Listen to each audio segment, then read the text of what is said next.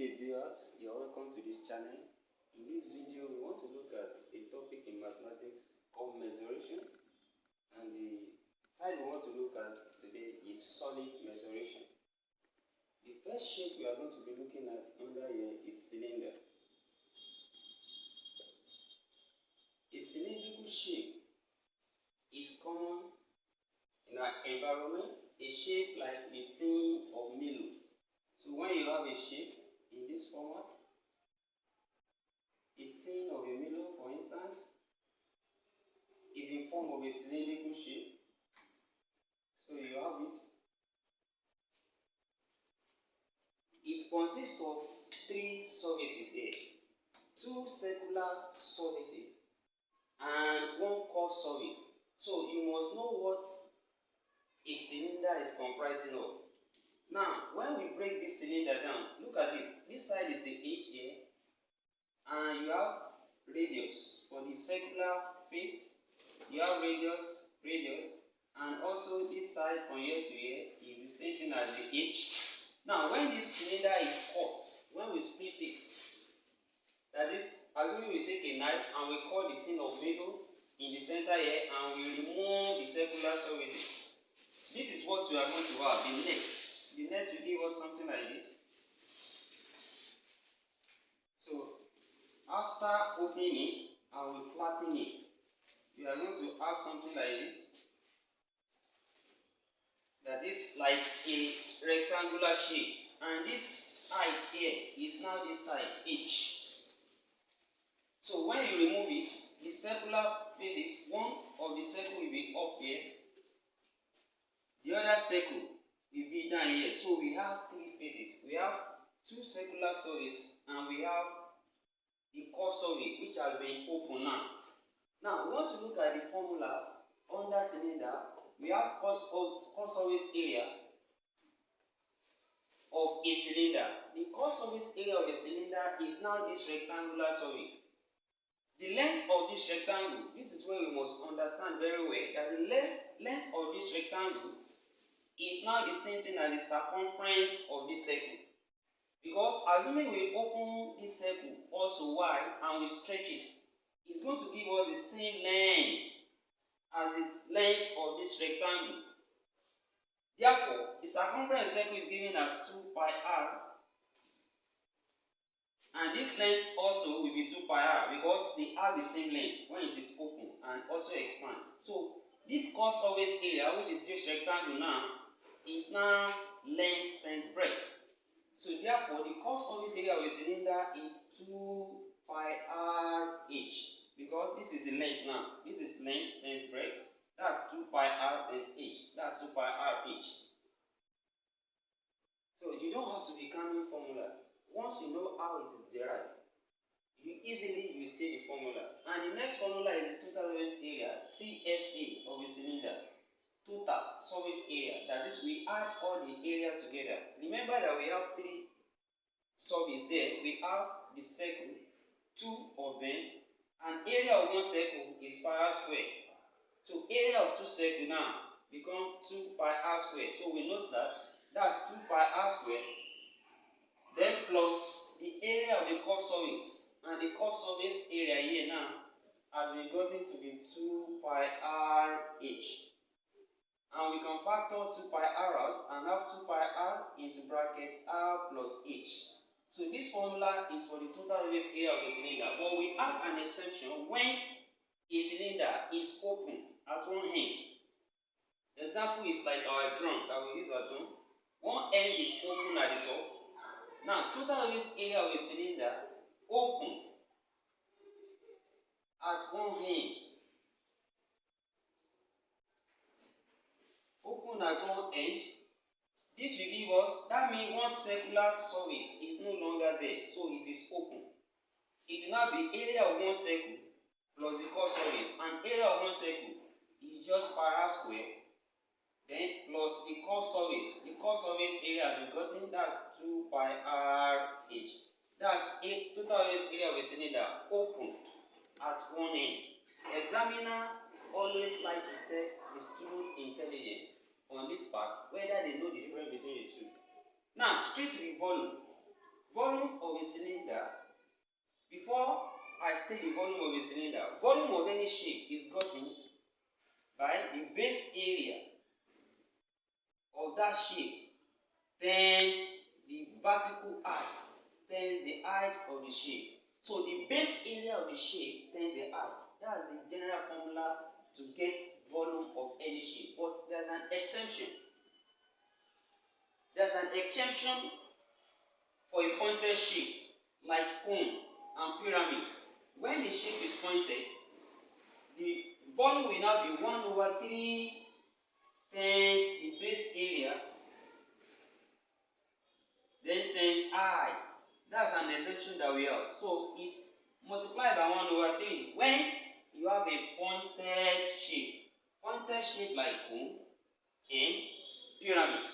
So now volume of this cylinder now will be the base area times the height, and you know the base here is a circle. So the base area here is pi r square. That's area of a circle. Then times height. That's h. That's why we have volume of a cylinder to be pi r square h. Please take note of this formula as it's going to help you in solving questions related to cylinder. You don't have to cram any formula again. And quickly, before we end this class, let's look at another shape which is very important under solid mensuration, and that is cone. We know a shape that looks like a cone, like our ice cream, cone. Every one of us will have seen that before. So a cone looks like this. It also has here a circular base, and this side is also curved. So this height here is known as the slant height L, and also this side L, and we have a base radius here R. So from here now, a vertical height can be drawn to join here, and that height is called height H. So one interesting aspect of cone is that this side here can form, this is a right angle. So this is a right angle triangle here. Assuming you know one side, you know two sides, H and R, you can get L using Pythagoras theorem. That's the essence of knowing Pythagoras theorem very well. And we need to know some formula here as well. Cross surface area of a cone is given as pi RL. Because this cone, when we open it, we get a sector. That is, a sector can be used to form a cone. We have two sectors. We have a major sector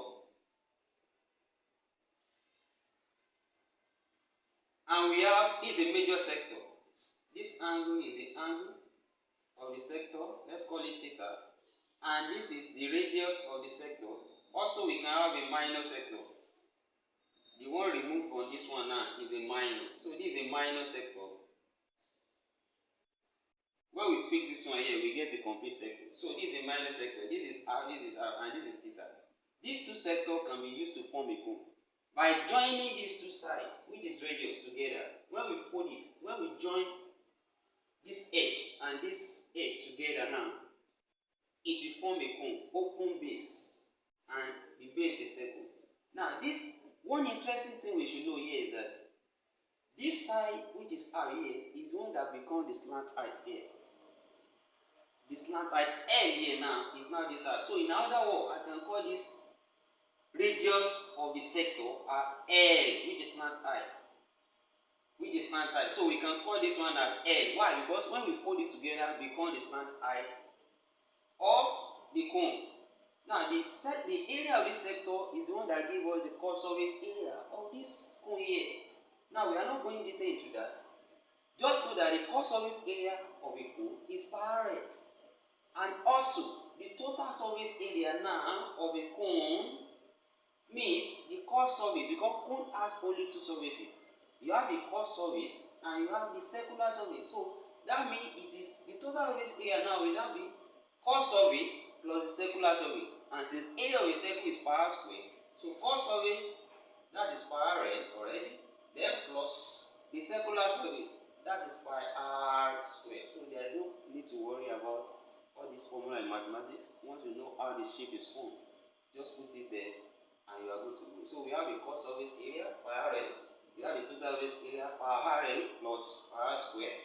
Then the volume now. I made mention of something earlier that for pointed shape, the exemption is that we multiply by 1/3. So cone is one of the examples of a pointed shape. Look at it, pointed vertex here.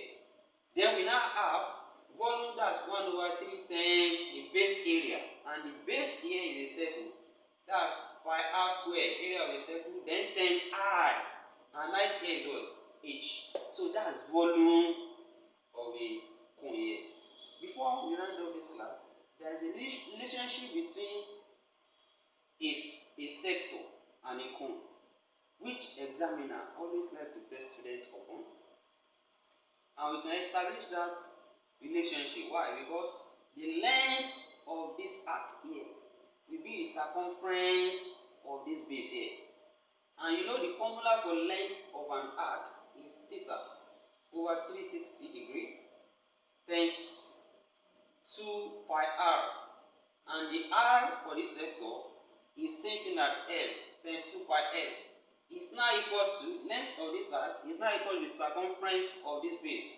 So equals to circumference of a circle, that's 2 pi r. So we can say 2 pi cancel out 2 pi. 2 pi will drop 2 pi here. Then this becomes theta over 360 degrees times L equals to r. Of course, we can divide both sides by L and half theta over 360 degrees equals to r over L. Now this formula is important for us to use anytime they say a sector is used to form a cone. A sector of radius so is used to form a cone, and the sector subtend an angle at the center and is used to form a cone. Find the base radius of the cone form. Now remember that this r here now is the base radius of the cone form, while this L is the radius of the sector. Please understand. And this theta here is the angle of the sector. Thanks for listening. If you enjoyed this video, you can do well to subscribe to this channel, turn on your notification. Thank you. Bye for now.